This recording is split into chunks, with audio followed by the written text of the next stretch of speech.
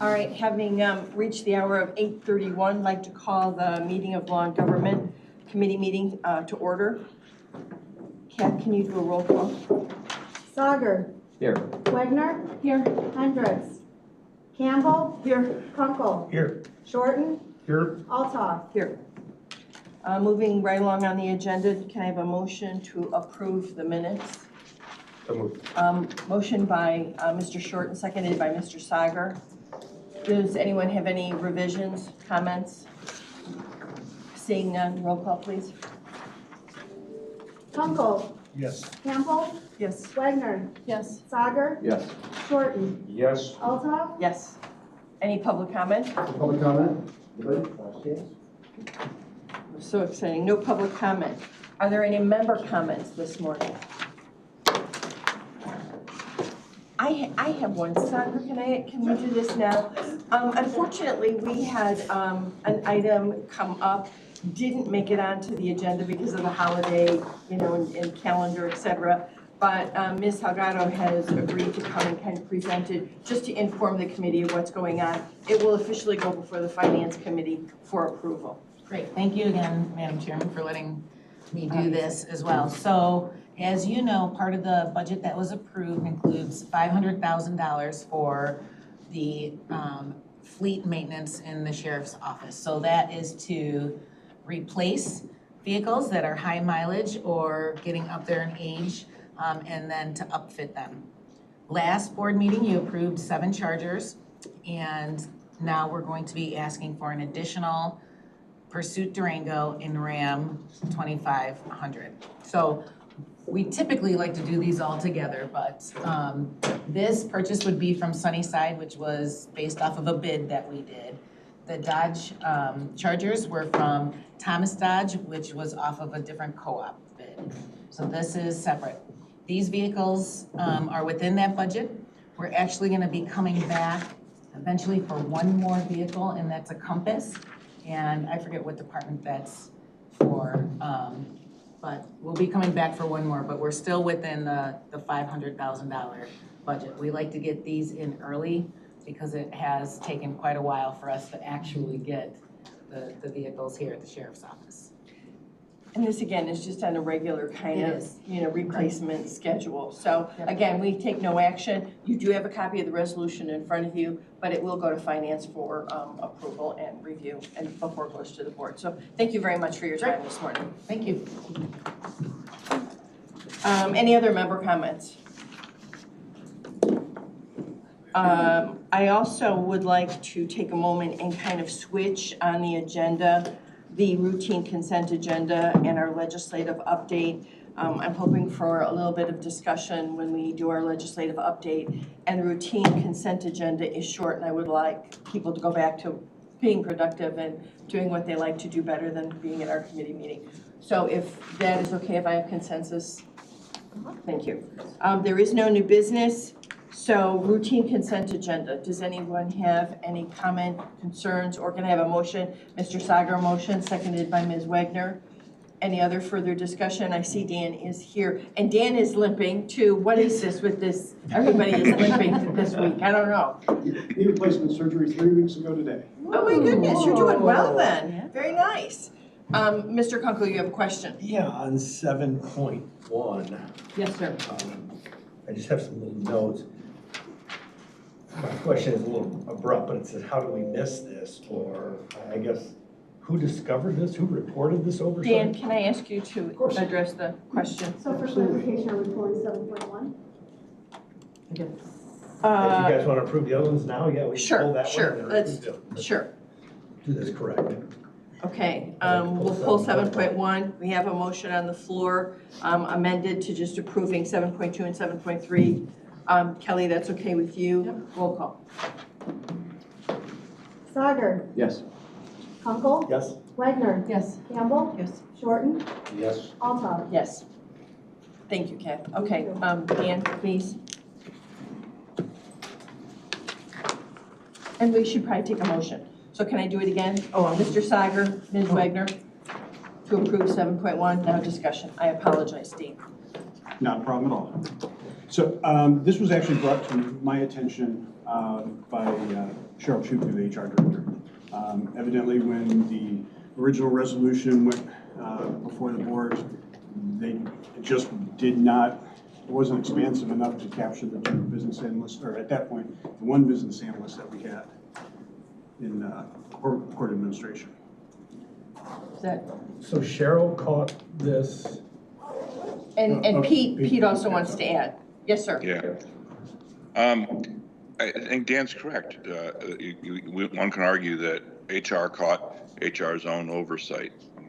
What's happening, you may remember that in January of next year, so just 5-6 weeks from now, we are going to start kind of another 2-year salary review study. And in preparation for that work in January, Cheryl has already started grouping and bundling like positions to see what movement's taking place and to make this happen as efficiently as possible. And that's when this one jumped out. She said, hey, we got these guys doing the same things and Dan has these staff members doing the same things as IT. So we probably should have done this a while ago. That's the best explanation, and I'm sorry Cheryl's not in there to back me up on that, but that's really what transpired there. Any questions? You okay? Roll call. Wagner, Yes. Campbell, Yes. Kunkel, Yes. Sauger, Yes. Shorten, Yes. Altough. Yes. Okay. Motion carries. Thank you very much. Absolutely, always a pleasure. It's always a pleasure to have the Honorable Judge Camille in the audience. Warren. Okay, so legislative update. Alicia, can I ask you to join us here at the table? Of course. And maybe what we want to do is provide a little bit of review on what occurred during veto and then go into our legislative update, talking about what we want to take to the board. Okay, does that work for you? Sounds good.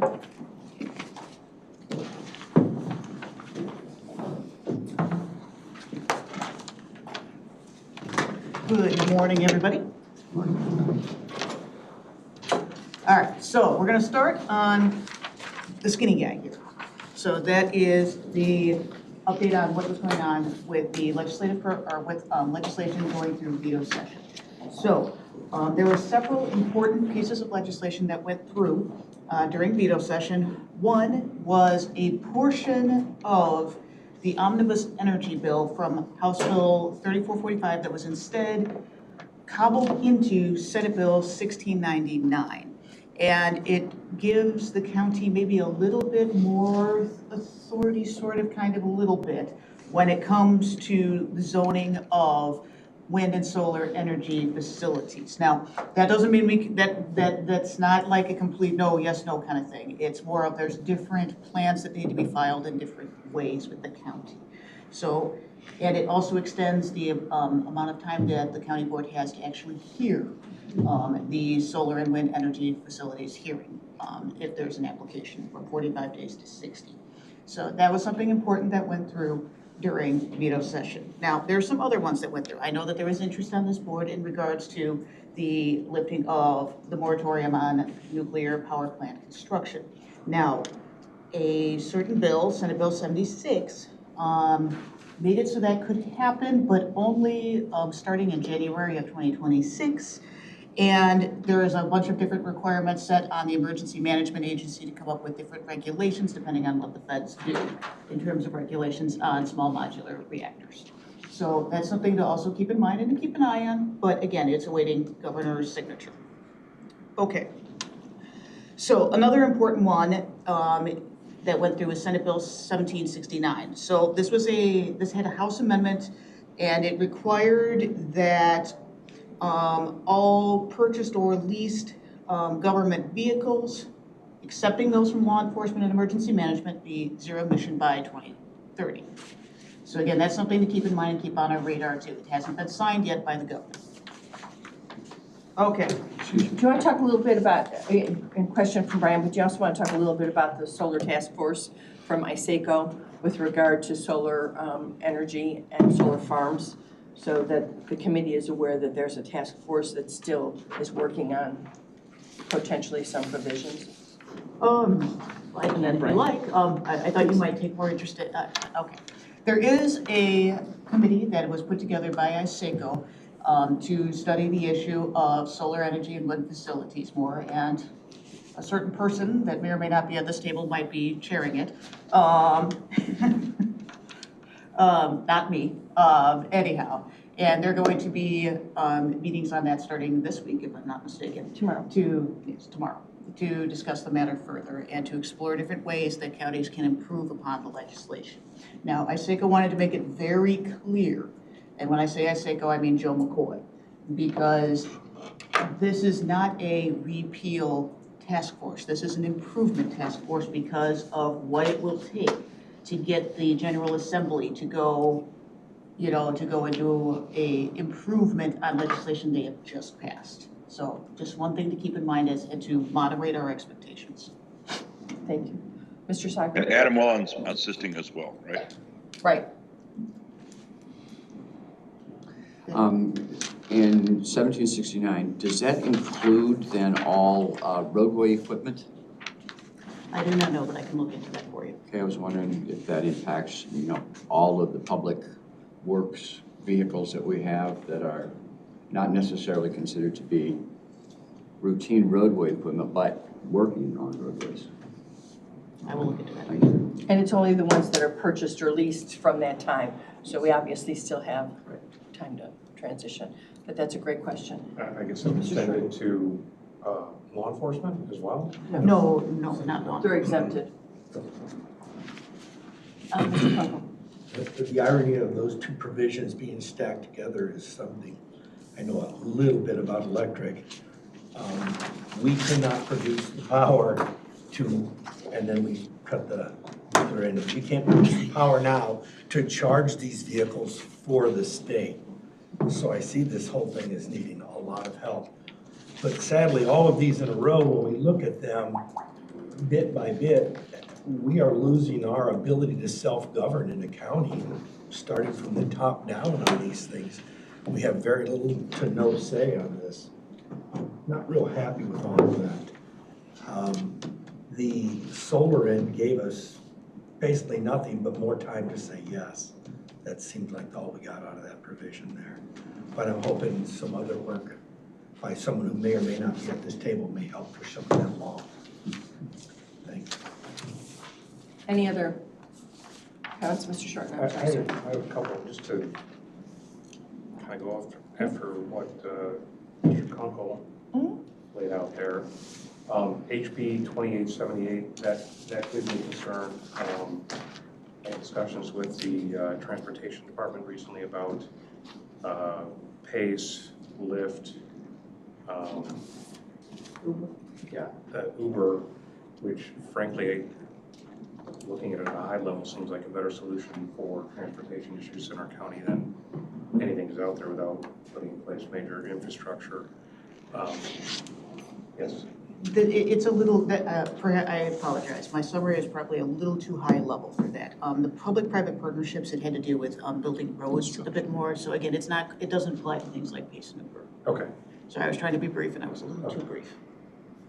Can we also denote, as I'm stimulating a little conversation, can we denote, we have our representatives, almost our full group coming. Can we put this somewhere to remind the committee, me, that there are some questions and maybe we can discuss what the rationale or what the conversation was at the state level to pull a little bit more information? So as we move forward, we have an idea of what's going on. Is there a shift to try and do that, limit county government? Just some background information. Absolutely, we can do that. Yeah, I just might as well take advantage of the time where we have them in front of us. That was the 19th, was that shift? I'm sorry. 9th, I think, January 9th at 1:30. It's in the afternoon. And again, I apologize to all of you, but we were trying to accommodate schedules of the legislators, and many of them, it's a bit of a drive. So we just decided rather than having them get up at dark 30 and driving at 6:30 in the morning, we push it in the afternoon. I'm sorry, Mr. Shortner, are you done? A little bit more. Okay, and then Ms. Wagner. Sure. That's all the reason. HB 3445, 1699, said, I think it made plenty about solar cells, skip over that one. 2473, I'm optimistic that that's for the governor now.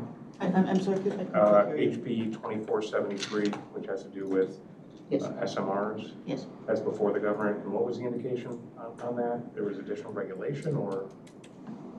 No, so it's a bit complex. The SMRs would be allowed to be made starting on January 20th, 26.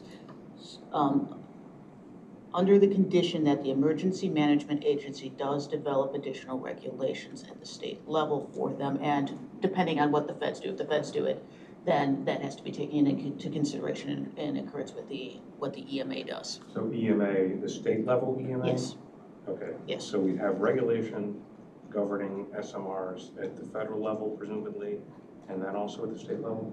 Right, but they have to be made, and they have to be made before 2026 so that this can come into place, is how I understood the legislation. Because they don't exist right now. Because they don't Because exist. they don't right now. exist right now. And Right. Put them in place this before is they actually directly go. in response to the governor's veto letter that he put out earlier this summer. But there's also an intent, there's also an intent for the federal and the state to kind of be parallel, not necessarily to be in contradictory situations. And then as far as 1769, I mean, Mr. Sauger called out snowplows, you exempt snowplows, you exempt law enforcement, which I got to think are the biggest emitters of emissions, the most amount of road miles exponentially in the county. So if you're trying to get to zero emissions, that's not the best path. And frankly, Congressman Foster had a climate town hall a couple weeks ago on Saturday, and even he admitted that lithium batteries are not the way to go, and there's emerging technology now. Whether it will be workable by 2030 is a question mark. So I look forward to seeing our state legislature before us and see where they stand on those issues. It's troubling. It's a lot of expenditure, and look what it's gonna happen in the future. So be it. Any other questions on, oh, I'm sorry, Ms. Wigner, yes, ma'am. So on 1769, I understand trying to get to zero emissions and you know, the greenhouse gases and trying to help our planet. So, but my question is, have they talked about, instead of making it all zero emission, maybe gradually going to hybrid? I was having a conversation with somebody who used to be total anti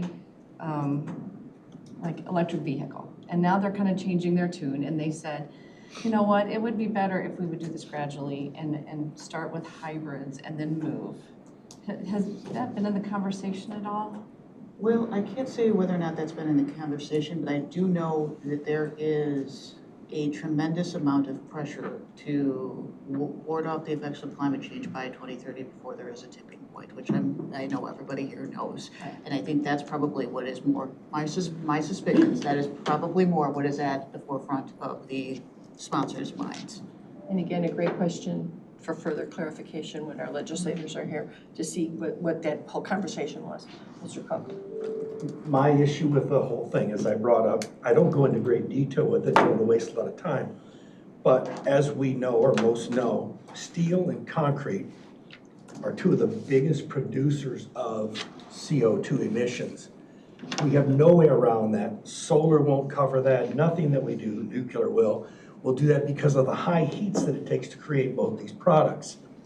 Every time we say, hey, let's put a new solar charger out here, not counting the digging of the earth and the transmission lines and the copper and then the steel that we produce and the concrete producer, there's no way that vehicle produced also but producing CO2 to make it can ever catch up with this thing. So this whole thing is just a giant fantasy.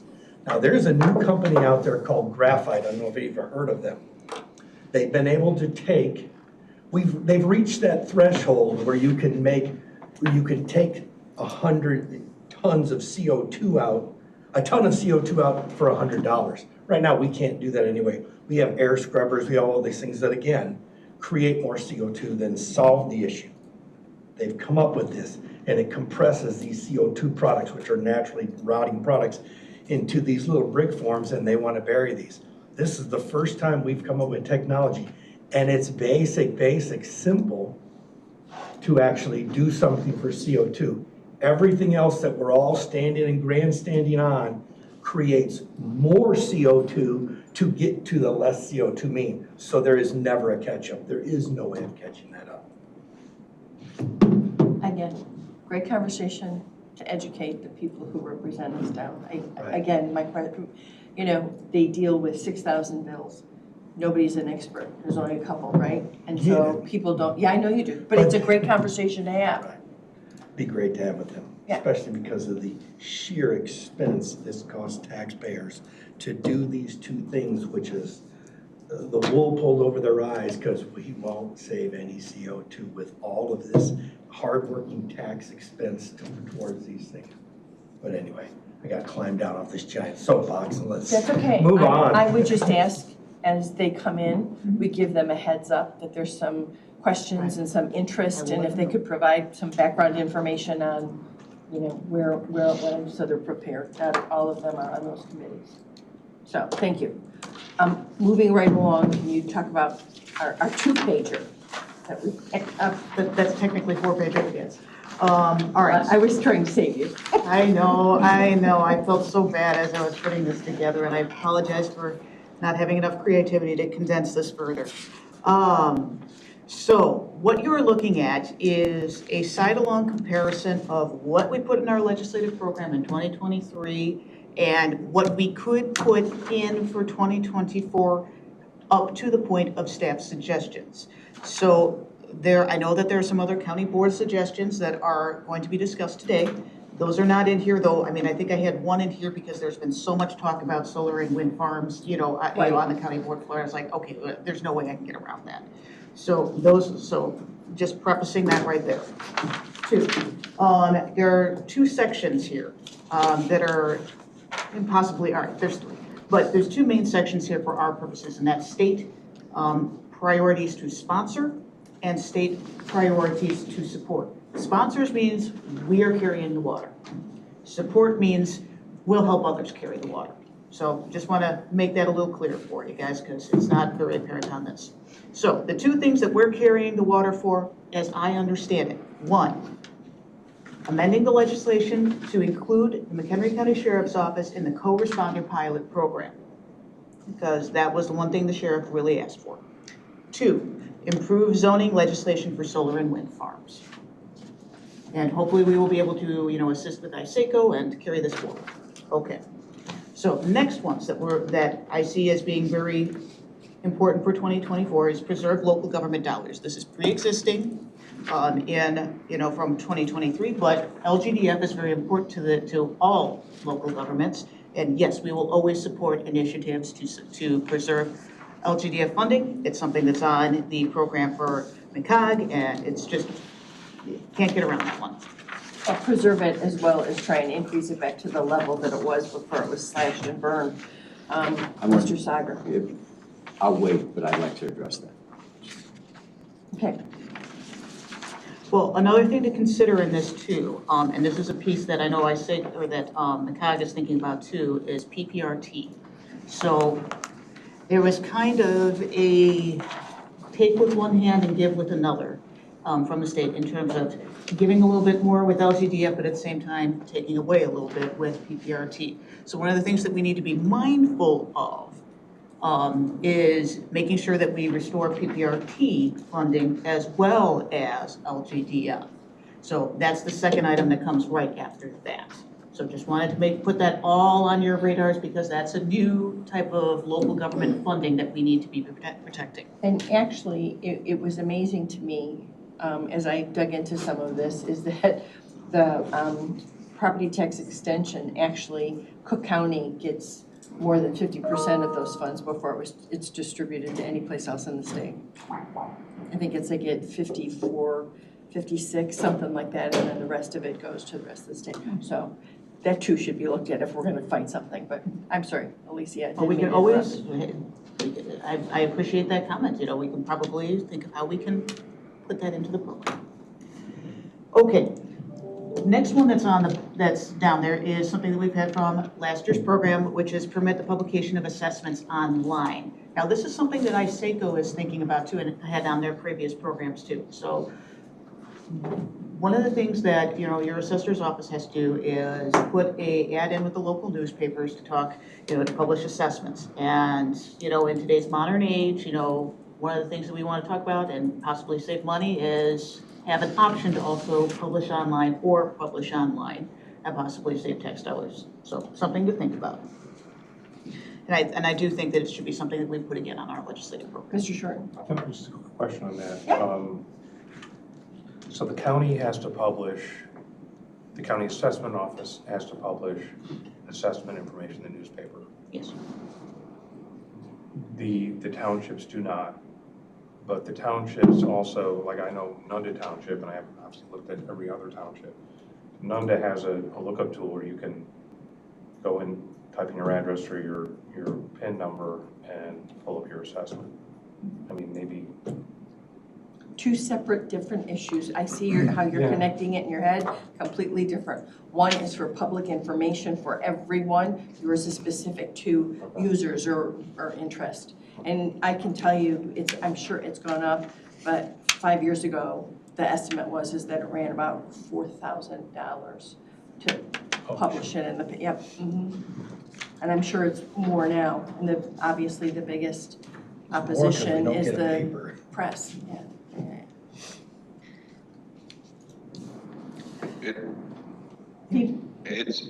It's a tough one. I mean, the reality is it's almost a lifeline to local media at this point. It is. If you want to feel better about it, it's a way of propping up local media because it is not the principal resource for people to find out their assessments anymore. Yeah. And what they should do is have a requirement that there should be something published in the newspapers that says, here's the assessments, go to this website. Give a website. And then you've got a little bit, I mean, obviously you're not propping it up to the level that they're used to. Imagine the size font you could use with that. Really, but anyway. One word per page, maybe. I'm sorry, go ahead, Alicia, I apologize. All right, so on the next line that you're gonna see, increase the township bridge fund allocations. Now, this was accomplished. And it was actually one of the initiatives that was done by one of our local legislators, and it actually got into the budget. So, and the township bridge fund was increased from $15 million to $60 million. So we can thank our colleagues. I know that Joe Sosnowski had legislation on that, and it was included in the budget, and I know Senator DeWitt was working on that as well. So kudos to them. Can you say the dollars again? I'm sorry? Where did you say the dollars were again? They're It went out from there. 15 to 60. 15 on this page, and then 60 Oh, I on got the you. Oh, other no, no, page. got it, Yeah, you gotta okay. jump back and forth there. Okay, got it, thank you. Didn't get to that part, thank you. And I was goofy. I put in improved current wind and solar facility legislation to increase local control again, because, we really love that one. But we don't need to necessarily include it there. Next, invest in transportation. This is a standing item that we've had in our legislative programs because we always need, additional funding for our transportation projects. They're some of the largest expenditures that the county puts out. So, more on that. Another thing to keep on your radar, one of the items that was on the legislative program from last year was renew state 911 funding. That actually did get extended, and it went to December of 2025. So we don't have to think about this one again until the legislative program after this one. But just thought I'd put that out there for you. Okay. So another thing that I think we need to talk about, and I don't know how we want to have this worded or how we want to think about this, but it's something we do need to think about as a legislative committee.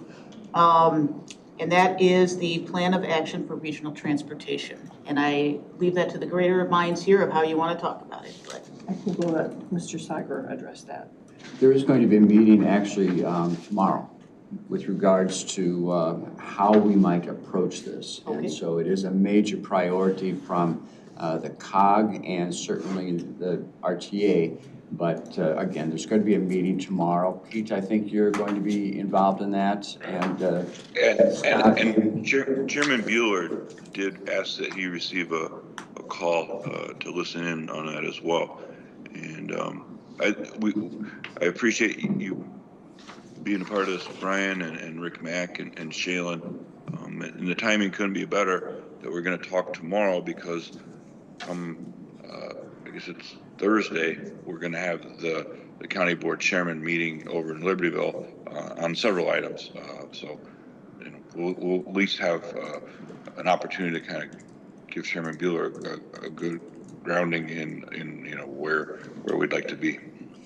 I mean, I think everybody is familiar with the fact that it's really two different areas of issue that are being wrestled with, if you will. The first has to do with the funding opportunities and the effort to try to help the legislature to understand the different opportunities that exist and what the benefits or the efficiencies of those opportunities might be in terms of financing for transit.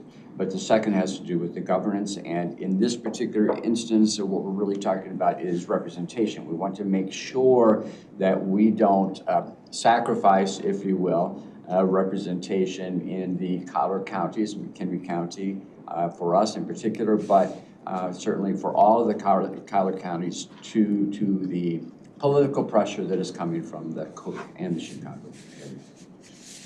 What does it look like from the other collar counties? Is there significant understanding that the governance is potentially being attacked? Or is there support?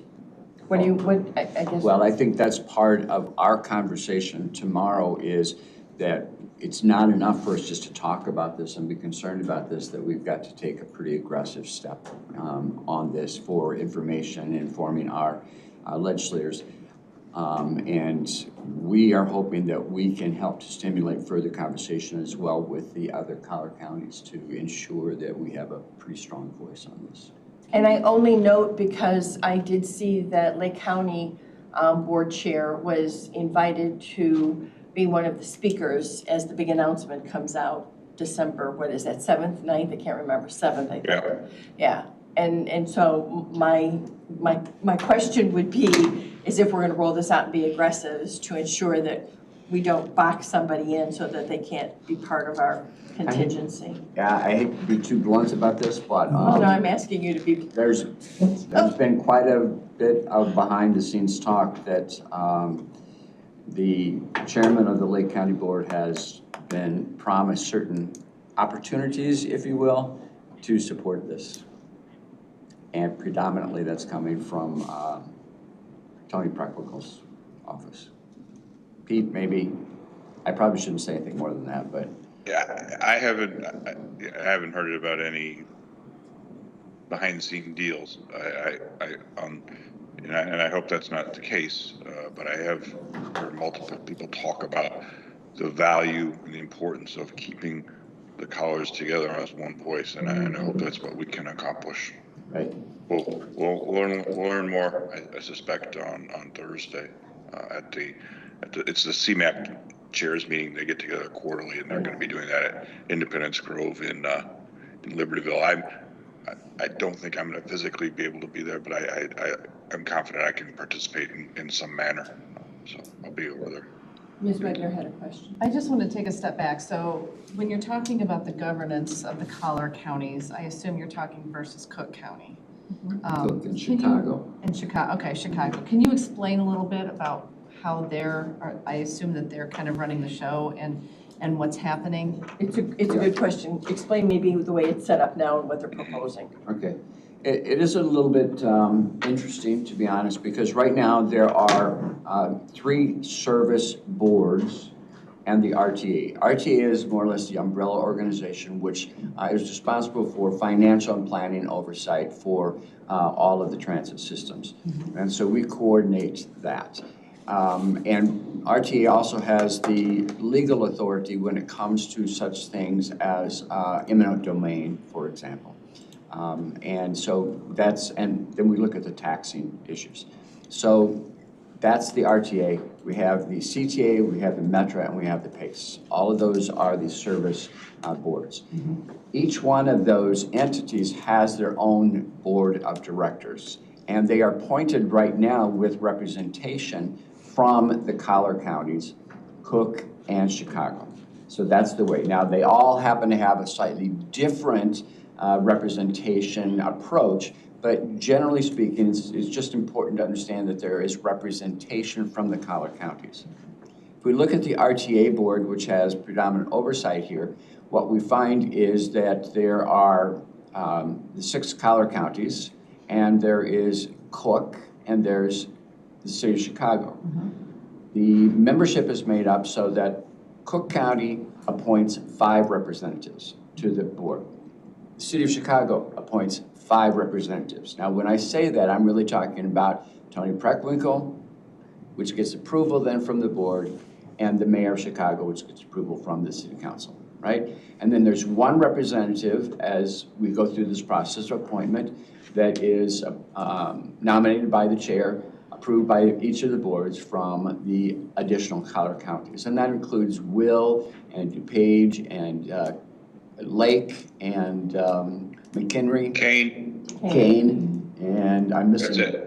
No, That's it. You got them all. There's only 5, Brian. Oh, excuse me. Yeah, there's there's 6 because one- I put 6 plus Cook, yeah. So there's one person for the 5 color counties, or there's one from each color county? There's 1 from each From of each, those. okay. So got they it. always So that's outweigh another us in 5. votes. They Right. always outweigh. Yeah. But the interesting thing is that for something to be passed by the RT board, it requires 12 votes. And so even if Cook and Chicago gets together and they have 10 votes then, they still have to get at least 2 votes from the collar counties. Okay. But in the reverse, if the collar counties want to have something, you've only got 5 votes, so you've got to get another 7 votes from the other From Cook or Cook or Chicago. So there's a bit of a balance right there, but that's the issue. Now, to kind of get away from that and understand what the recommendation is from PART, and I have to be careful, it's not a recommendation. They had a big discussion about that. It is very political though, because I don't know how well you know the mayor from Barrington, but she was the chair. Karen Dirch. She was the chair of, what's the organization in the state? She was the president. IML. IML, right, IML. sorry, RML. I'm trying to go IMRA and all that stuff, so. Sorry, I didn't know, when you said chairman, I was thinking. She was the president of that for a long time. So she has quite the profile, and she actually has quite a bit of influence. She has been a part of some of this oversight group, but when she came out in opposition to that, then Tony Preckwinkle has taken her off of this advisory group as a result of her opposition. So Tony Preckwinkle is really running the ship here, as it were. So anyway, but the reason that she got ousted was because there was a huge discussion in the CMAP group that was looking at this about whether or not they should use the term recommending these things to the state legislature or providing options. The majority went with options based upon Karen's effort, and so as a result, that really irritated Tony because it's no longer a recommendation, it's an option, and so that's the reason she's out. Can you talk a little bit too, about the financing too, so we understand why it's so politically charged about? Yes. Okay. Let me just finish one thing over here first, and I'll get to that. But the other thing too is that with regards to the recommendation for the governance, the options that were identified was 1, basically leave it the same. So we still have all this representation out here, and we have the same approach. However, the RTA board has a little bit more authority, not huge amount, but more authority in terms of helping with project clarification and identification. That's 1. The other option that was placed out there was that all of them are dissolved, you start all over again, and herein lies a real big issue because nobody knows, but there's a huge assumption that Chicago and Cook County will have greater representation, that the governor will be appointing almost all of these individuals, and that will politicize it, and the collar counties will lose significant input. That's first. Then we get to the financing and that type of thing. The concern about that is if we start turning this over with greater power by the Chicago and the Cook County area, that in essence what's going to happen is that the debt, which is rather significant on behalf of CTA right now, Metra has no debt, basically. PACE has some, but it's a minor debt, but the huge debt is with CTA because they go out, frankly, and they bond for a lot of things, and they have done that over the years. And as a result of that, then they have a big debt. And the concern is that right now, McHenry County is a net donor county as it is with sales taxes. But if we start getting into a bigger situation where all the Colorado counties are having to now take care of the debt for CTA, that's going to place a greater burden on our residents tax-wise, and that's not where we should be going because we get no service from CTA. So that's kind of the big issue that exists out there, and that's a real concern with regards to the governance aspect. And you're seeing I apologize, Anna. That's okay. No, I mean, you're just seeing creative ways by the city of Chicago and Cook County to find additional revenues because they can't find it from the state in any other way. So they're just going to raid. And so what we're grappling with here is not only the unfunded mandates, but we're grappling with situations like this. Exactly.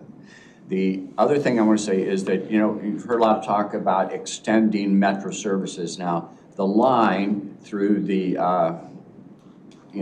big program that the governor announced recently to go from Chicago to Rockford, right? That's more of a passenger service, not a commuter service, right?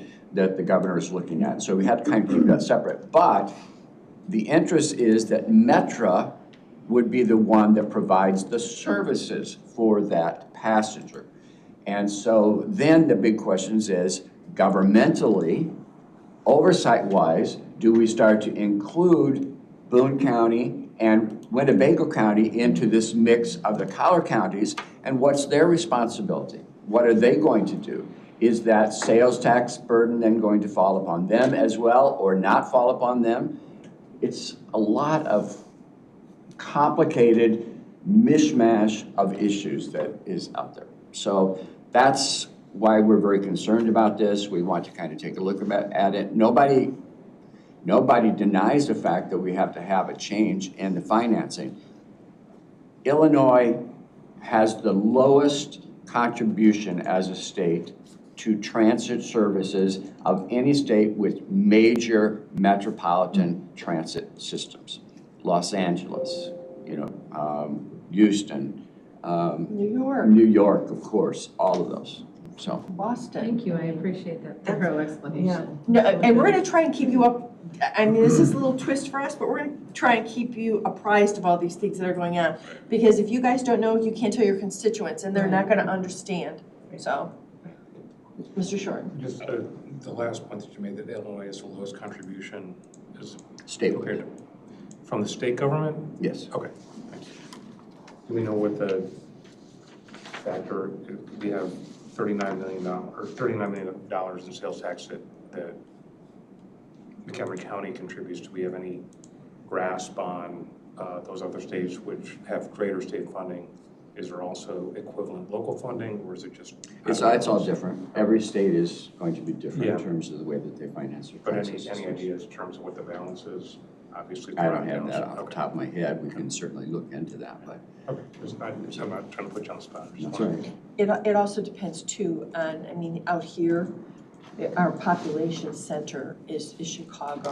I mean, when you look at New York or you look at LA, you've got a bigger concentration of population around the city, not part of the city. So we're even geographically, we're set up a little bit differently. So that's why it's going to vary from state to state.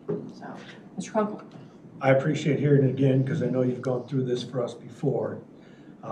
Great hearing it again. Again, it's death by 1,000 cuts. We are losing power in the counties. And, we see that all over our governance here right now. But just tabling that aside, in the groups that I participate with and talk to on a regular basis, they are for this new program because they believe it's making government smaller because they're seeing a smaller committee. So it's incumbent upon us, this group and the broader board here and the other counties to get this information out to people. Because I know lots of these people are saying, we want this smaller, we want less expense.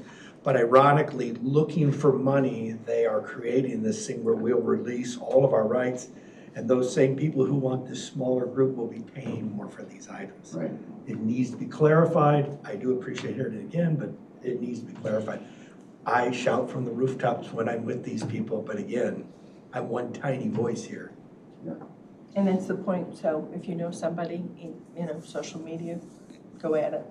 But, it may also behoove somebody who's interested to attend the press conference, because they're going to present it, obviously, as a real positive. Smaller And when government. I do it, I present it with the fact that we should actually have 2 representatives per county to balance out the 10 and the 10. And then you would have an actual governing body that actually could work and could give and take.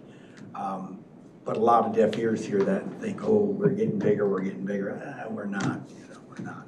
I mean, the reality is that, if they're trying to save money by reducing the board, I know. it's a minimal amount of money that we're That's talking the about. irony of the really, whole and thing, yeah. relationship to the big. Those 20 people are not even humidity on a drop in a bucket, so Right. yeah.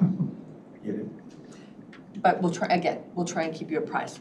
Thank you, Brian. I just have Very a much. quick question on that. Oh, And yeah. it's not really relevant. That line going out to Rockford, is that ever gonna be that's passenger? That's not gonna be freight line at all, or would they run freight? Oh, everything. It's on a It freight is a line. freight line. So is that Pacific Northwest freight? Is that a line, is that rail, Union Pacific. Union Pacific, I'm sorry, you're right, it's a Union Pacific. Okay, it's rail. interesting because there's different ownerships. There's Okay. 3 different sets of ownerships on the proposed line. Part of that is BNSF. UP, part of it is. BNSF. Right, and so it's kind of divided up. But UP was the predominant amount of track, wasn't that our line there? Yeah, Yeah. that's more out here. Right. BNSF is the one we really are always concerned about, because I don't care what the schedule is, and that's why it gets stopped in Right. the middle of Barrington. I'm just asking, because I happened to Or C&E. be reading an article this morning from ProPublica about some lax security on Union Pacific Rail, more in the south, but and not being maintained safely, and the speed at which they come through with some of those freight trains and what they're carrying is a concern, especially if they're coming through populated areas. Well, I will honestly admit to you that one of the things that I have learned as a result of being involved in the RTA, getting to know Metra, PACE, CTA better, is the fact that there are all kinds of regulations out there that are federal regulations that we have no oversight over, we have no ability to control or to influence at all. But also there are things that are in contracts which are accomplished at a much higher pay grade than we have. And so what happens is that there are some odd things out there. For example, Union Pacific, if you want to construct anything on Union Pacific, it's not their responsibility to take care of these things. It's your responsibility to take care of these things. They're only required to participate up to 5% of the cost. They don't have to participate beyond that. But you still have the responsibility, if you want to do these things, to maintain service on that line, whether it's freight or it's commuter, at the same speed and at the same level of service, even if whatever you're constructing. So that if, for example, I'm sorry I'm getting into this, but if you have an overpass and you want to improve that overpass, widen that overpass, Like in Woodstock. like in Woodstock, you have to build a temporary that has to be able to accommodate this schedule and this rate of travel for freights as well as commuter services. Then you tear down the original one, right? Then you have to put the other one up, the permanent one, okay, and go back. But all of that increases the cost unbelievably, unbelievably. And it puts about 2 years worth of additional time in the construction that's required. So all these regulations are truly, you would say bizarre. It's one of the reasons Crystal Lake never can move the maintenance yard. Can't afford it. I mean, it's brutal. So, I think Pete has his hand oh, up. I'm sorry, Pete, I apologize, I didn't see you. Yeah, just in terms of updates, I think we are gonna learn more this week. I've gotten a couple calls from the CMAP Chief of Staff as I sit here this morning, so I know she wants to talk about PART and what the discussion is going to look about like on Thursday. So, we'll probably try and include a little bit of update in Chairman Bueller's report to all of the county board members, which we'll send out Friday. So please look for that. And if there's something more that we need to send out, we will. Additionally, on the subject of the rail yard out of Huntley, or the passenger rail out of Huntley, you may remember at the last committee of the whole, I believe there was questions to the Metro representatives about what was the timeline for the Huntley train station and all that, and that kind of prompted me to set up a meeting with Shaylin and David Johnson, the village manager. So we're going to do that a week from Monday. So we'll have more information to pass along on that as well. But just a reminder, that's 2 trains a day each way. That's the plan right now, and to start, it's going to be funded by IDOT and fares. So we'll see where it goes long term. Thanks for letting me chime in.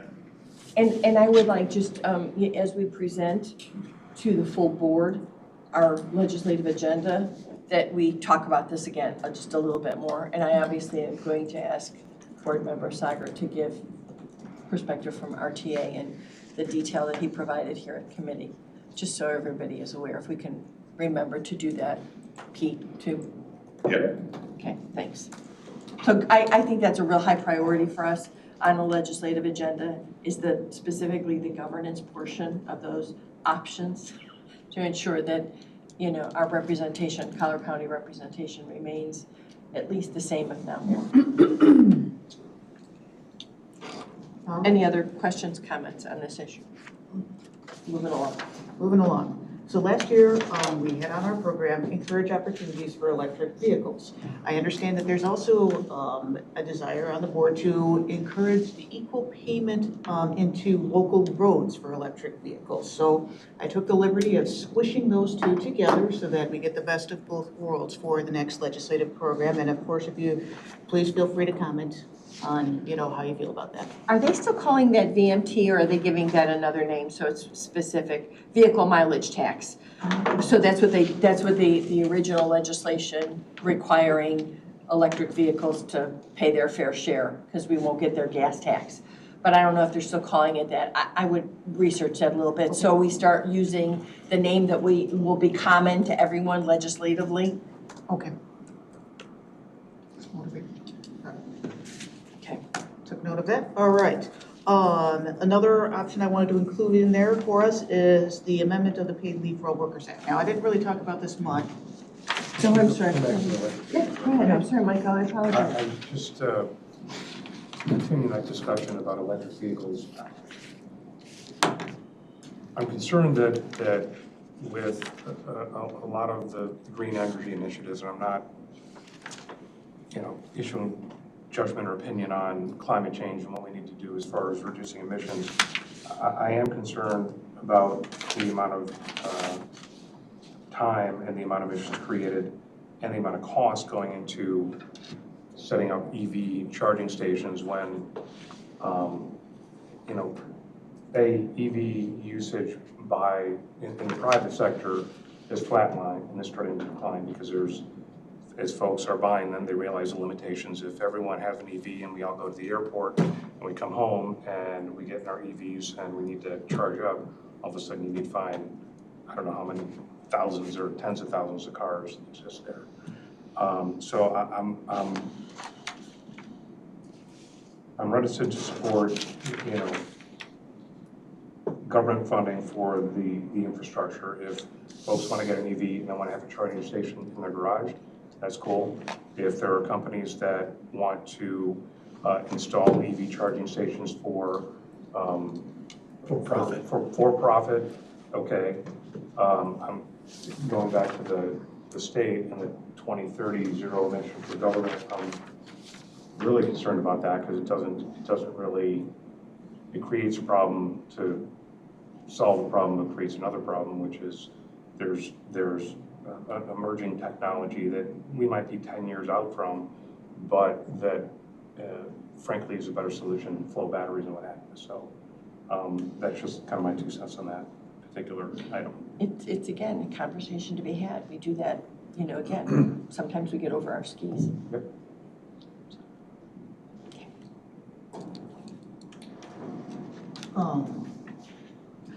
Yeah, but for the next item, if that's okay. Paid leave for all workers act. I know that we're talking about ordinances, but going forward into the next session, I understand that, Rep. Ness has filed a bill on that. I know that it will be enacted on January 1st, but if there's any cleanup legislation that we can do after the fact immediately, once I get into that, I think that we should have in a program to support. And there are no rules yet for January 1st, even though we're supposed to have it enacted by January 1st, so we'll see what happens. Before you change the page, the one next to it, encourage the efficient location of utilities, 2390, are we not adding that to the? Well, I went back and forth on this because I didn't want to expand our program as much, but we're still gonna do that. It's not like it's not going to happen, we have been doing it, it's just, I personally felt, and please feel free to throw arrows at me if you disagree, that, that one we're gonna do regardless, and it doesn't necessarily have to be something for legislators themselves. You know what, I wouldn't mind that it was included though, and make it abundantly clear if there's anybody who's interested to know what the board members are supporting or not supporting, that probably should be included. Okay. I mean, from an economic development position and where we are, I'm just speaking for me personally, that would be my preference. Okay, now we put it in, put a little number. Because if anybody knows how that works, I mean, that's painful to wait 6 months. 53 didn't get done for a year behind schedule because they couldn't get the utilities moved. Quick question. Maybe this is what's our lane question when it relates to the paid leave for all workers. Obviously, we're concerned about local governments and making, having exemptions put in place. But also, we've had discussions in previous meetings about the impacts on private employers. Now, I'm not necessarily in opposition to paid leave for all workers. I think that's probably, if I owned a company and I didn't give my people time off, I think that'd be foolish. It's a good way to not have consistent, employment and people that are good for your organization. But, and maybe this is a question or a stick to throw at our state legislators. Figuratively, not. Or, but perhaps even just an amendment to that law that requires a notification, as opposed to, as I understand it, they can essentially call in the day of exams and come in. right, that seems to be the biggest issue, everyone, is the notification provisions. We can also check too with the Economic Development Corporation. I know it's an issue that they're all grappling with too for their businesses, so maybe we can outreach and find out, That was my comment. And if I'm out of my lane, tell me. And I might just stay out of it anyway. No, we need to have, and we did it on purpose because we didn't have a huge agenda. We need to have a little bit more, I think, conversations as we try and redevelop our legislative agendas and our legislative program, which we really didn't have effectively for 8 years. So I think it's valid conversation.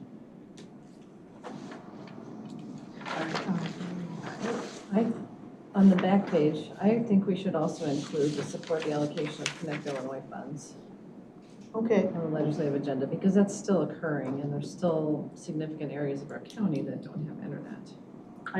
I don't disagree.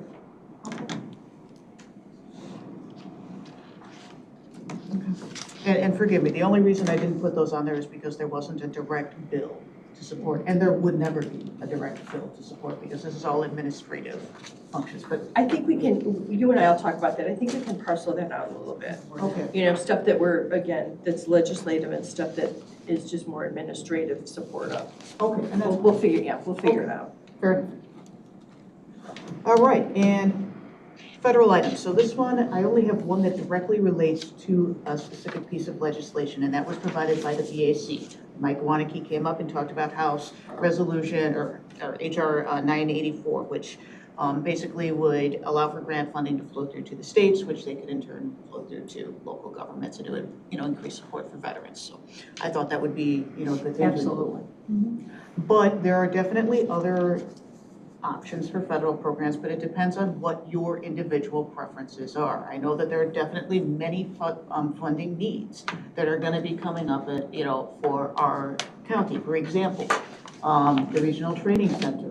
I know that EMA and the Sheriff's Office definitely want to have an EOC, an Emergency Operations Center, within the Regional Training Center. And that is important to have resiliency for our county in case of a disaster. So, I don't know if that's something you would want to include, because it would be something that would be more of a, well, I hate to say the dirty word, but more of an earmark in a funding process for the federal Stop government. doing that, it's not a dirty Yes, not a word, dirty please, word. I'm almost offended. I apologize. It's a member-directed initiative. There you Yes, go. there you go. That's what we call them now. All right, well, in that case, that is not a dirty word. Alicia is coordinating a visit by one of our congressmen to the training center, I think on December 21st. So hopefully we can get a couple more down there and kind of get some more excitement about the facility. And as I stated too, if not the actual congressional individual, staff is underrated and underappreciated and is extraordinarily influential. So even if you can't get the elected, getting staff down there is crucial as well. And I know you told me this before, and I did make sure, and I will do so again, that for the ribbon cutting, I was very sure to invite And we the did, staff. and we And got they many came. people, And yes, they came. yes. The more they know, that's what the legislator depends upon. Exactly. The more they know, the more information we provide them, the better information that'll get ultimately to that elected. So terribly important. So again, and I'm sure that there'll be other, for example, the DOT, I know that Randall Road still needs additional funding, so that could be something that we could ask of, I know that we did receive funding already through the grant process. Right, But again, right. there's still $9 million for Randall Road, that could theoretically be a community-directed funding initiative. And we might be able to do subcategories, but yeah, I think all of that would be a natural assumption that we'd support additional funds allocated to McHenry County. Even the Metro Line Yeah. efforts to extend the rail yard. Yep. Yes, Mr. Sager. May I return to Local LGDF? government. Yeah. McCog is really kind of backing off of this just a little bit, to be honest, because I think there is this thought at this stage of the game that we are never going to see a return of the 10%. That the state just looks at this, and we've been arguing back and forth on this for quite some time. At least 10 years. And that it is not a viable argument anymore, and that maybe this is some way that we could get a little bit of assistance in some other areas. And so one of those areas, obviously, you've already talked about the PPRT. That's one of those areas. And the other area is either eliminating or dramatically reducing the amount of money that is charged for the quote-unquote distribution services to local units of government. And so that if we can look at those piles versus the LDGF, which is, again, not seen to be really productive and kind of spinning our wheels in a way and trying to get that done, because we just believe that that's a dead issue anymore. So. What was the second one, I'm sorry? What was the second, not in addition to the PPRT? The amount charged individual units of government for distributing those taxes. I gotcha. What is it, 2%? Is it Two? a little bit over What is it? 2%, isn't it now? Pete? You're on mute. Pete? He never sounded better. All right, my wife is working in the kitchen. And she's being very patient with me, so she's losing it. Hey. She just lost it. Oh my God. It is about 2%. It's just a handling fee. That's all it is. Right. It's what we're paying them to distribute our money to us. It's a money grab, but whatever. Knock that 2% off and lowers that 10%. So those are good ideas, and I flush that out a little bit further, if we can support something like that. Good idea. And that is all that we have had. If anybody has any comments about prioritizing any of these issues, let me know. Otherwise, as we've kind of discussed, they'll all go on a legislative agenda to be presented to the board. But now is the time for us to talk about, and there are no other board members here, so I've got to believe that ideas that they had, they may have decided after they flushed them out not to bring them forward. But if anybody has anything very specific, and Kelly, I know you want to talk about that. Here's my only caveat, and I get it, and I want to kind of drive that maybe in a little bit of a different direction. Has anybody filed any legislation on that yet? Okay, so then there's actual legislation that can be supported. Yes, there's a Okay. bill Okay. Yeah. At the state level. at the state level. Okay. Yes. All right, so I'm going to start with Kelly because she's obviously talked about this issue before, looking for support and adding it to our legislative agenda. And then anybody else who has any other ideas or et cetera, we should discuss them. So, Kelly. So there is a bill, a Senate bill, and I don't have it in front of me. I'll get more information, called Ethan's Law.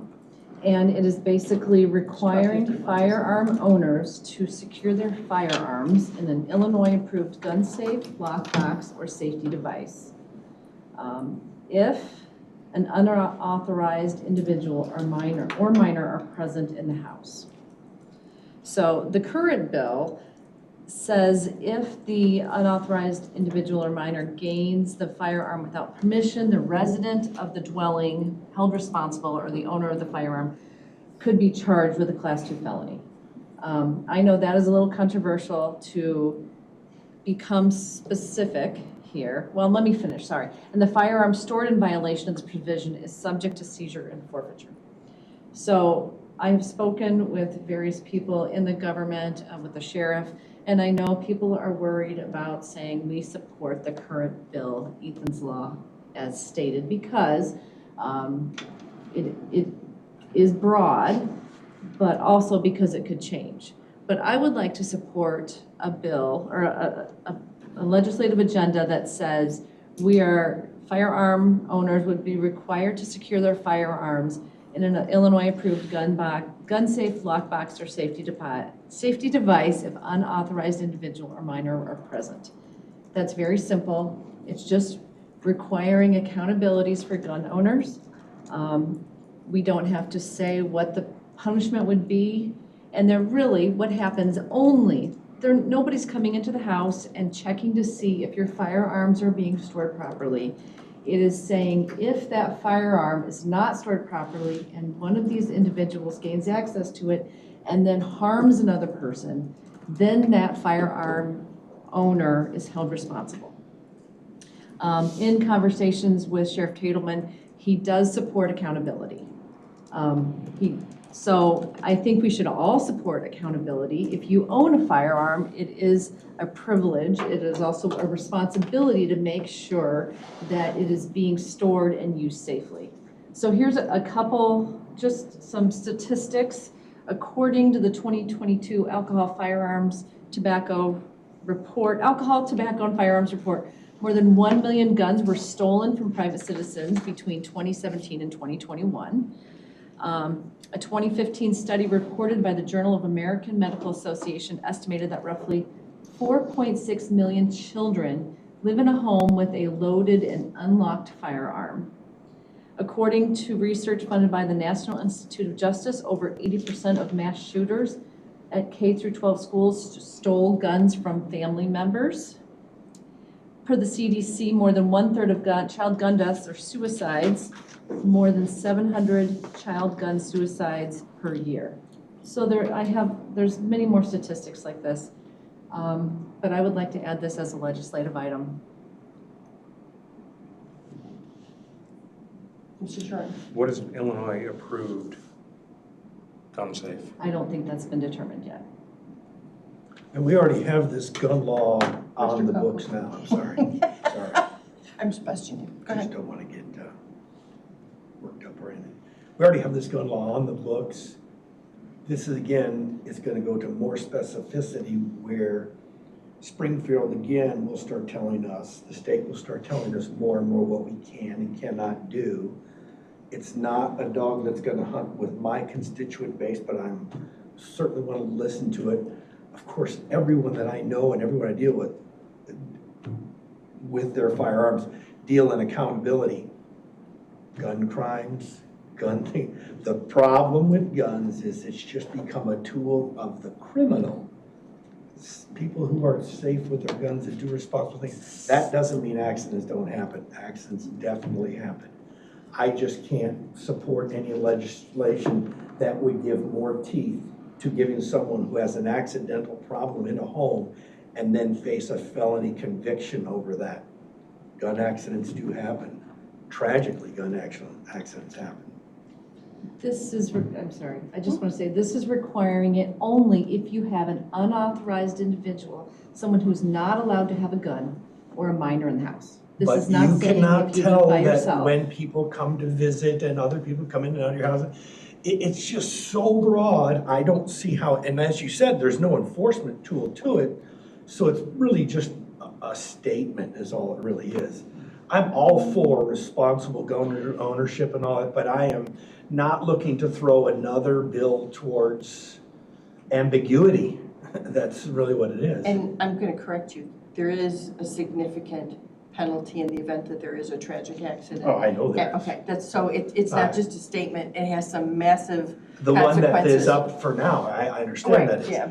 But I'm saying, and Kelly said that she would like to put up just to make this just that provision alone. Understood. Which is fine, but again, at some point, that's just a statement. If there's no enforcement teeth to it, and there's no specificity to it also, the type of safe and all that. And I know lots and lots of people who feel like if they don't have ready access to their firearm, they have lost a level of their safety in their lives. That degree, that doesn't, I won't argue that point whether that is true or not true, but people feel that way. As passionate as you are about having those guns locked up, there are people that are that passionate about having access to their guns. So I'm kind of wondering if we're gaining any ground here by pitting people against each other again. Kids are, I love kids, I'm all about it. I've got a new granddaughter, I mean, it's rekindled that with me. Safety with firearms, especially where children are concerned, I am absolutely for. But I guess we gotta be worried how we present that, because we don't want to alienate half the population by making another half happy. I don't think it's happening. Mr. Shern. There was actually a recent study that showed that in the U.S., I think it's over 50% of people or households have guns in the house. So, and I would expect in McHenry County that percentage is higher. As far as the intent behind Ethan's law, looking back on what occurred, it was in Connecticut or Maine, I don't recall exactly.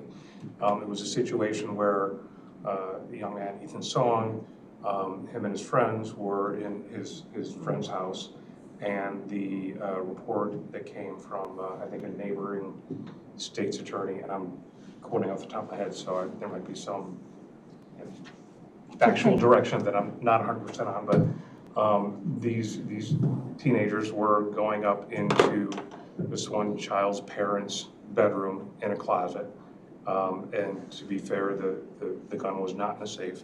And they went up several times and they played with the guns. But the finding from the law enforcement body was that there was no indication that the guns were loaded. They did this several times, and it was a horrible, unfortunate accident. So then you have to extend into what does this law do? Again, there's liability already and accountability that takes place in those types of situations. And then you peel it back to what's the impact in the state of Illinois. The law, I don't think, is going to change necessarily anybody's actions. I think you're being more adept to change behaviors by a publicity campaign. When you peel back the numbers and the facts of the number of children under the age of 18 that are killed through unintentional accidental shootings, similar to what happened to Ethan. I think it was 33 kids died over a 10-year period. Now, is that too many? Yeah, but I don't think you're going to prevent that by putting forth this measure. The number injured, I think, was somewhere in the neighborhood of 600. So could you prevent injuries? Again, I think you do it better by, a public message is repetitive.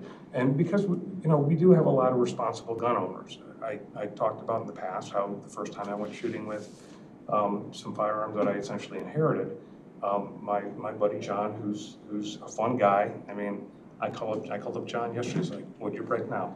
But John, as soon as we got to the point that we're going to fire the guns, I mean, personality change. Do this, don't do that. There is a challenge with folks that are not responsible, but people that have firearms for personal protection, and there are more and more people that have them. A lot of the times they have them because they feel that there's a need to pull those guns out in urgent situations. So when we talk about Illinois Approved Safe, we don't have that defined, so we don't know what that looks like. So if someone who's in a domestic, let's say a divorce situation with a violent domestic partner, and they're in fear of that person coming to their house or their apartment or wherever they live and causing harm to them, and they need to have a gun, they feel they need to have a gun to protect themselves, and they can't access it quickly, then their method of protection is lost. I recall, I think it was probably within the past 10 years, in Arlington Heights, where I grew up, there was a incident took place. It was probably about a mile from my mom's house, where two gentlemen, they use the term loosely, believed that there were drugs or money hidden in a house. And they went into the house, and there was a family there. And because the father was able to get quick access to his gun, and I don't know where he had his stash or how he had his stash, he was able to protect his family from two folks who were, frankly, violent offenders. So I appreciate the intent. I agree that people need to be held accountable. We have accountability. There are safes out there that you can gain quick access to your firearms, but if the cost on those safes, because I looked into them, they're not small.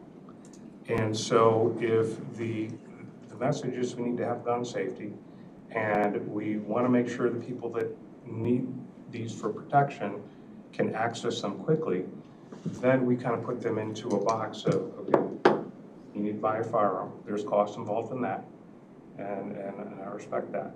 There's cost for ammunition, and now you're gonna extend an additional cost, which is to put it in a safe that has biometrics attached to it. Again, I don't. 33 deaths over 10 years. I don't know that there have been any in McHenry County. I asked the sheriff, and nobody could recall any. So I think I appreciate the intent behind it, but I think the end result is that nothing changes. And again, we create that division of people fighting about something that probably could be approached in a different way.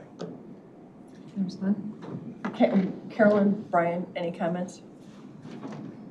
I have huge mixed emotions about this. I mean, I come from Southern Illinois, and we all have firearms. It's just a way of life, and we are taught gun safety from the first time that we look at a gun, not just touch it, but that's what we learn.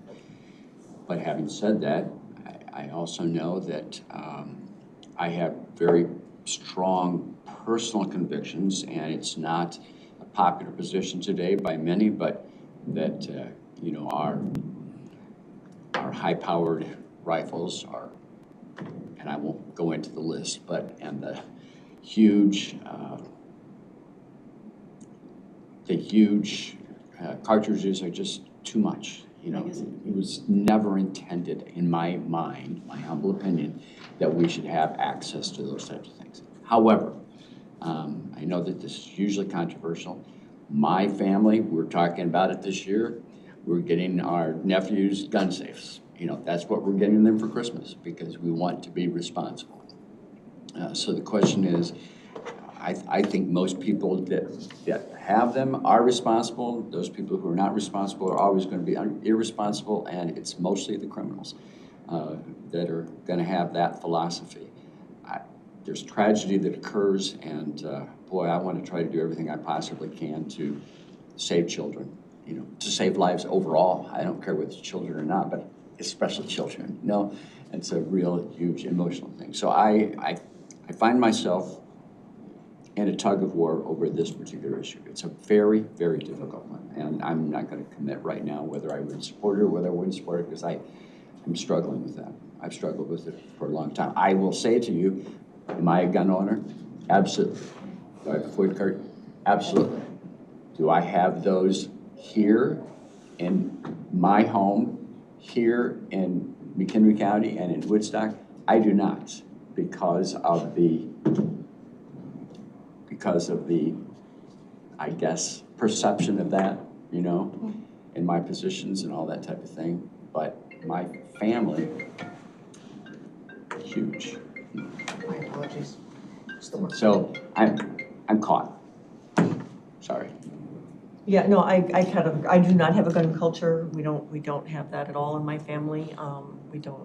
Nobody that I know of are hunters or anything like that. But you know, being really entrenched in the conservation, you know, movement. I mean, hunting is a big part of that. It funds a lot of our national parks and even supports what we do here in the county. Even though I'm not a hunter, I'm not sure I'm good with that concept, but I can respect that culture on some level. So I understand the importance. I mean, I do understand this idea of pitting each other together against each other. I mean, we went through what, 3 months, 4 months, hours and hours, in my opinion, unnecessarily.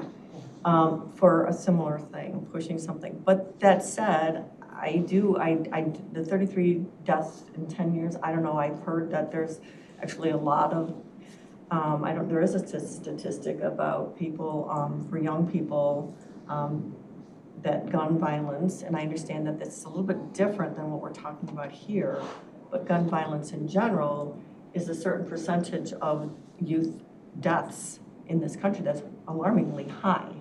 So that in contrast to what you're talking about in terms of pure accidental, like a gun getting out, a child being in a room or something like that. I do have a problem with the types of guns that we use these days, and I don't think that they were intended to be this thing that everybody would have access to. But being respectful of people wanting a gun of some type in their home for protection, I would be scared to use it, so I don't know that anyone would be protected if I had access to a gun. But again, it's what types of guns. They are very dangerous. I'm very conflicted about that in general. In terms of this law, I would need a little bit more time, and if we were to go in this direction at all, how we would word it in a way that would really just be to getting to responsibilities and, appropriateness of how you store a gun and as an educational tool as well. But I'm not sure how I would frame that, so I don't have. Brian? We do have, an issue, and it's a well-established philosophy in the United States of trying to control attractive nuisance. I mean, there's no question about that. I mean, we have laws that say we have to enclose swimming pools, for example, because these are attractive nuisances. And there is something to be said that, like in the situation with Ethan's, I mean, these kids were going to the closet on more than one occasion. Why? Because that was an attractive nuisance, right? And so is there something that we should be oversighting in that regard? I think that there's an argument to be made for that. I just don't know. Again, I'm torn But back again, we and should forth. also read the current law that's on the books. Yes. Everybody should read that law first. Then this is a whole different, not a different conversation. It's the same conversation with verbiage. That's what it is. It is, but I'm gonna let you close, Cal. And Okay, so I'm not sure where you got the 33, because when you look in the United States, 306 children were killed, 11 years and younger. 306 children were killed by gunfire in 2022. So you have to think of all the school shootings. You have to think of all of the shootings there are. But now you're conflicting gun And then- violence and then with there are safety. over 6,000 children who have been killed or injured in the United States by gunfire in 2022. So this is not a small problem. It is also proven that if there was a gun present in the home that is not locked up, people are more likely to die by suicide because they have easy access to that gun. That 5 seconds, 10 seconds of unlocking the gun safe can make a difference in people's decision whether they're going to kill themselves. It's also a proven fact that if somebody is going to die by suicide, they're more likely to die by using a gun than they are any other way. So this is not just about the owners, it is about the accountability of the owners. And I am not trying to take anybody's firearms away. My father has guns, my father-in-law has guns, my husband has a FOID card. This is not about that. This is about accountability. And it is also proven, the number of statistics, that you are more likely to die in an accident using a gun than you are to protect yourself from an invader in your home. So when you're talking about safety in your house, you're more likely to die of an accident or harm yourself than you are to protect yourself. So I want you to think about all of that. We have to strike a balance between exercising our right to bear arms and ensuring the safety and well-being of our children and our community members. I just wanted to see, here's the statistics by the Journal of American Medicine saying households that lock both firearms and ammunition have a 78% lower risk of self-inflicted firearm injuries among children and teenagers. We know that gun violence is an epidemic here in our country, and it's getting worse and worse. I was at the Parade of Lights in Crystal Lake on Friday night, and there were snipers on the buildings. That this is the kind of culture we're living in right now, and we need to protect our children and our community members. Can I just add one thing, because I know you were saying that this is not this, like it's, again, violence. We are, yeah. Mhm. Okay, so the reality is that that's part of this, though.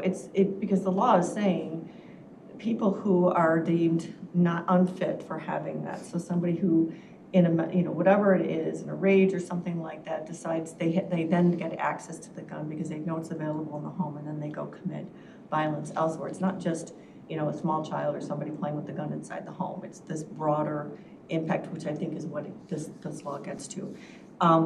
What I was hearing was it wasn't necessarily going to be supporting the Ethan's law that's currently in front of the state legislature or whatever at this point, but some kind of variation that we as a group could feel comfortable with. Correct. So to that point, so I don't know what that would look like, but that was what I heard early on from. And I'll be happy, honestly, Kelly, to take a motion and vote on whether it goes forward, but I'm looking at you and telling you that's not what I'm hearing. I think that there's a lot more information, and this issue needs to be addressed a little bit more clearly.